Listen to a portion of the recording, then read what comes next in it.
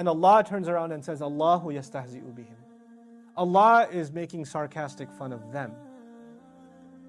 How is Allah making fun of them? This is actually a very important literary feature of the Quran. There are sometimes words that are used that you don't even think they're appropriate for God. Like for example, وَمَكَرُوا. They made schemes. وَمَكَرَ Allah, and Allah made a scheme. And you're like, wait, that doesn't sound right for Allah. Or here, إِنَّمَا نَحْنُ مُسْتَهْزِئُونَ. We're making sarcastic jokes. Allah says, Allahu yastahzi'u bihim. It is in fact Allah who is making a sarcastic joke towards them. You need to understand this is the problem of translating things literally and not understanding that this is a language from 1400 years ago. It has principles. What happens is the same verb is used. They used istihza, Allah used istihza. They used makar, Allah used makar. Innahum yakiduna kaidan wa akid. Same verb is used, yeah? What that does is, I am responding in kind. What is called in English to respond in kind. I am giving them what they deserve exactly according to what they've done. So when Allah says Allah is poking fun of them, the question arises, what could that mean? How would Allah poke fun at anybody? Then Allah Himself explains what that means. Their idea of making fun of the believers was to manipulate them. Allah's teaching of Him making fun of them, He explains Himself. This is the ataf bayan. وَيَمُدُّهُمْ فِي طُغْيَانِهِمْ يَعْمَهُونَ. He extends them, lost in their rebellion, and they're completely blind of judgment. In other words, Allah Azza wa Jal allows them to continue to behave in the way that they are.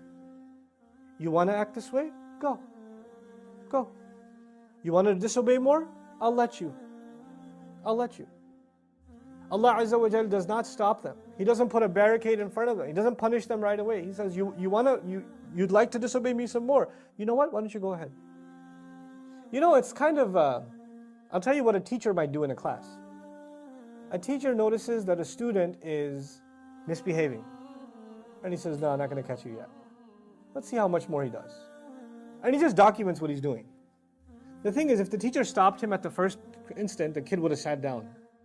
But if the teacher doesn't stop him, the kid gets more brave, and more brave, and more brave, and pretty soon he's standing on his own desk, and pretty soon he's hanging out the window. And then when he calls him, it's time to go to the principal's office, maybe call your parents to the school, and maybe even get you expelled. You understand? The way my teacher gave the example, it hit me, like, this was like 15 years ago, and it stuck in my head when he was explaining this ayah. I'll share it with you.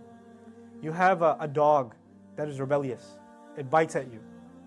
So you have it tied to a rope, but the rope is like 2 feet long. So it just, that's all it does, right? So that if the owner really wants to punish this dog, he should give him a 100-foot rope. Because if you give this dog a 100-foot rope, what's the dog gonna do? It's gonna run like hell. It's gonna run as fast as it can. And 50 feet in, it's gonna think, I am free. 90 feet in, top speed.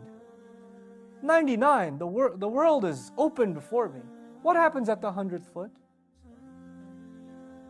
It's not just that he gets pulled, he gets choked.